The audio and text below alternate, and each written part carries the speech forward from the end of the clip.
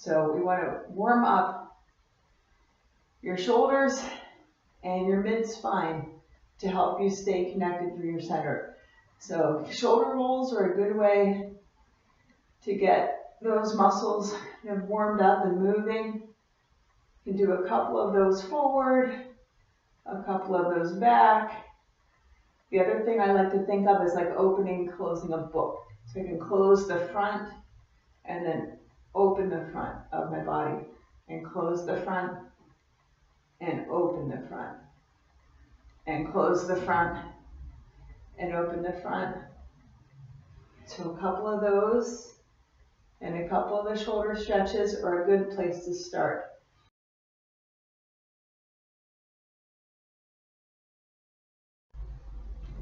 We also want to get the spine twisting around the body so that we can be nice and balanced side to side. So one way to do this, first, putting your hand behind your head, anchoring your spine down into the middle, and twisting around, and coming back, and twisting around, and coming back, and twisting around, coming back. Do a couple of those. Other side, twisting around, coming back, twisting around. Every time I'm twisting, I'm really trying to keep my whole muscular structure moving down. So I'll show you from the back. I want to get my shoulder blade anchored down and anchored into my spine. So right through here. When I twist, I'm working through, right through the center where my spine is.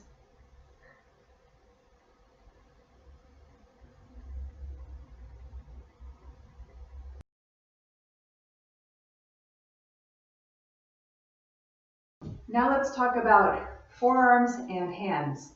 So the main body muscles we've warmed up already. One thing I find useful, I used to teach preschoolers, and a lot of the games that we play with kids allow the muscles to do natural things and release that grown-ups forget to do. For example, monster face. If you just tighten all your muscles and make your monster face, and you get everything all tensed up and then you release it, it feels great. So you're at home, no one's watching you. I'm the only one being silly on the camera. But just kind of scrunch everything up, make claws with your hands, and release it. Obviously, if that's something that spasms your hands or your body and doesn't make it feel good, don't do it. That kind of thing, it's kind of shaking your hands, it's shaking your arms as if you're trying to get them off of your body, is another good way to just kind of get everything connected in and warmed up and ready to go. So once you have that going, stretch your palm to get a nice stretch in the wrist. And I'm pulling and pushing, so I'm using isometrics. Hold that for a couple counts and release.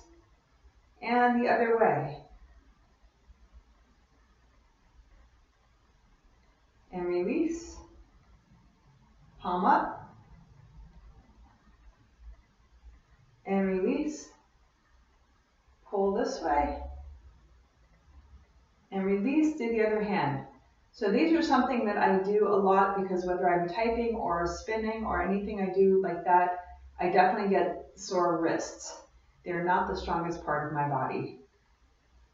Stretching. Again, with the isometrics, I'm not just holding there, I'm actually pushing with the one hand against the other hand. And here I'm pulling with one hand against the other hand. You can interlace your fingers and stretch, and then bring it up and relax and stretch them out through a range of motion. If you don't have that much range of motion, do what you can that's comfortable. If this is good, then you don't have to take it any higher. For me, because I was shoveling in the garden yesterday, this is a great thing for me to do before spinning.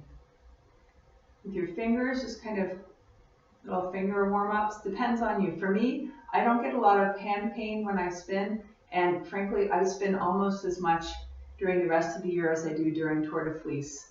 So I got up to speed a couple years ago on Tour de Fleece, and I pretty much spin every day for as long as I can get away with between work and my family.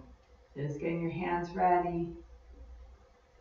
Circle your wrists, circle them the other way. The main thing about these exercises is don't just do them when you start. It's a good idea to just have a timer on your computer or on your phone or whatever, and just every 15 minutes or so, get up, stretch your body, re-stretch your hands. Just take 30 seconds to get everything back in gear, have everything realigned, and become mindful again. It's a great exercise to stay mindful in your body while you spin, because spinning gives you that nice zone where you can be aware of how you're using your body and the enjoyment of creating something at the same time.